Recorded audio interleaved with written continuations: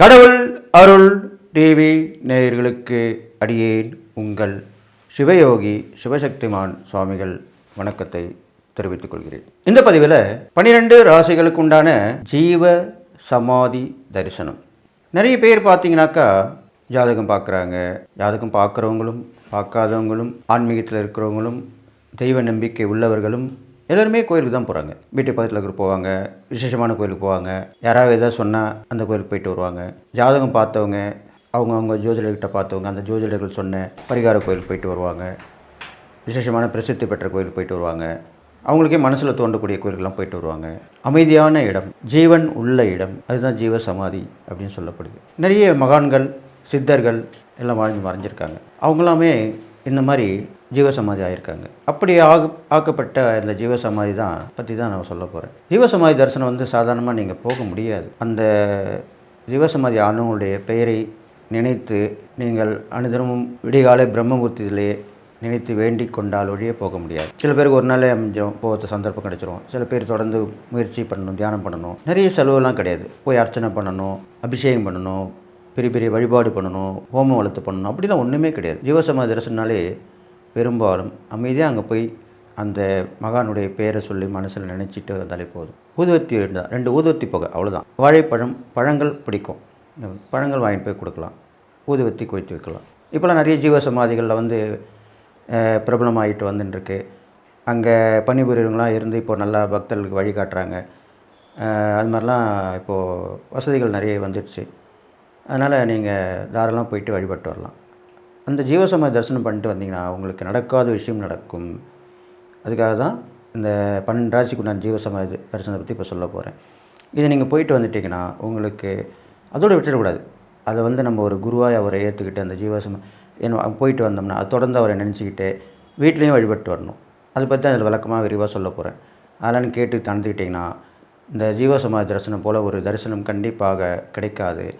அது கிடைத்து விட்டால் உங்களுக்கு எல்லா நன்மையும் கிடைச்சி எல்லா நலமும் பெற்று வாழப்போறீங்கன்னு சொல்லி வாழ்த்து. இப்போ அந்த ஜீவசமாதி தரிசனம் பற்றி 12 ராசிக்கு நான் சொல்ல போகிறேன். தனுசு ராசிக்காரங்க பார்க்கும்போது மூலம், பூராடம், உத்திராடம், 1ஆம் பாதம் 3 நட்சத்திரம்னு சொல்லணும். அது இல்லாமல் தனுசு லக்னத்தில் பிறந்தவங்க இவங்களுக்கெல்லாமே நான் சொல்லக்கூடிய இடம் போயிட்டு வந்தீங்கன்னா பலன் கிடைக்கும். சென்னை சுற்றி உள்ள ஜீவசமாதி தரிசனத்தை தான் சொல்லிட்டு வரேன்.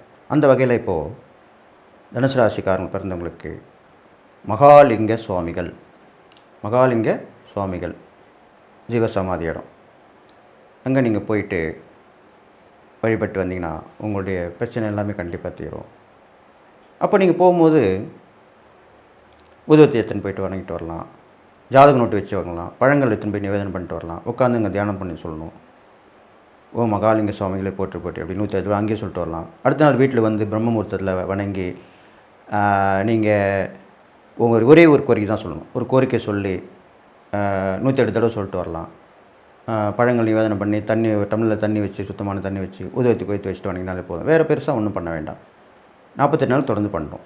இந்த மாதிரி பண்ணிட்டு வந்தீங்கனாலே மிகப்பெரிய பிரச்சனை கோயில் போயிட்டு வந்தாலும் பரிகாரம் பண்ணியிருந்தாலும் நடக்காத விஷயம் கண்டிப்பாக நடக்கும். அதுக்கு தான் ஜீவசமாதி தரிசனம் சொல்லிட்டு வந்திருக்கேன்.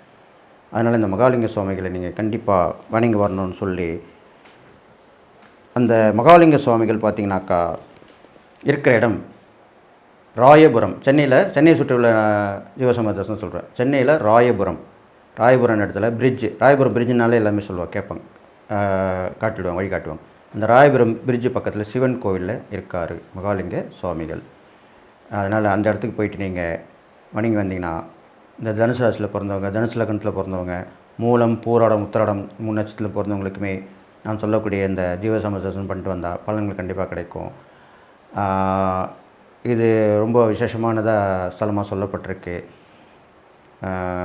அடியேன் இதை அனுப்பப்பட்டிருக்கேன். ஏன்னாக்கா அங்கே ராயபுரம் ஹாஸ்பிட்டலில் என்னுடைய பேரனை சேர்த்து உடம்பு சரியாக போய் ரிசல்ட்டு சரியாக வராமல் நான் போய் அங்கே வணங்கி வந்தோடனே அந்த ரிசல்ட்டே மாறிடுச்சு. இது உண்மையாக நடந்த விஷயம். அதனால் நானே அனுப்பப்பட்டிருக்கேன். அதனால் எந்த ஒரு சித்தர் சமாதி போயிட்டு வந்தாலும் இந்த மாதிரி நடக்கும். திருப்பங்கள் கண்டிப்பாக வரும். அதுக்கப்புறம் நல்லாகி 2-3 நாளில் நாங்கள் என்னுடைய பேரனுக்கு உடல்நிலை நல்லாகி டாக்டரே சந்தோஷமாக இது பண்ணி விட்டார். அதனால் அந்த ஜீவசமாதி தரிசனம் பண்ணால் நடக்காத விஷயம் நடக்கும். அதுதான் சொல்ல வந்தேன். நெகட்டிவ் எல்லாமே போய்டும், பாசிட்டிவாக தான் இருக்கும். அப்போது இந்த தனுசு ராசியில் பிறந்தவங்களுக்கு நான் சொன்ன இந்த சென்னை ராயபுரம் பிரிட்ஜு கரைக்கில் சிவன் கோயிலில் இருக்கிற மகாலிங்க சுவாமிகளை தரிசனம் பண்ணிட்டு வந்தீங்கன்னா கண்டிப்பாக நல்லது நடக்கும். வீட்டில் அது மாதிரி தொடர்ந்து பிரம்மபுரத்தில் வழிபட்டுவாங்க.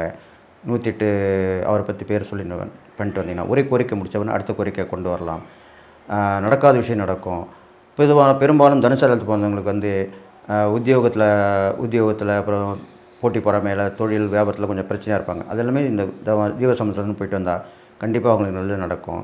அவங்க பிரபலம் ஆவாங்க. அவங்களுடைய கோரிக்கை கண்டிப்பாக நிறைவேறும். அவங்க ஒரே குறிக்கோளோடு இருப்பாங்க. அந்த குறிக்கோள் கண்டிப்பாக நிறைவேறும் அப்படின்னு சொல்லி இந்த ஜீவசமுத்திர தரிசனம் பண்ணிட்டு வந்தீங்கன்னா உங்களுக்கு எல்லா நலமும் பெற்று வாழும் சொல்லி வாழ்த்தி விடைபெறுகிறேன். கடவுள் அருள் டிவியை பார்த்தமைக்க நன்றிகள். மேலும் இது போன்ற தகவல்களை தெரிந்து கொள்ள கடவுள் அருள் டிவியை சப்ஸ்கிரைப் செய்யுங்கள். மறக்காமல் பெல் ஐக்கானை கிளிக் செய்யுங்கள்.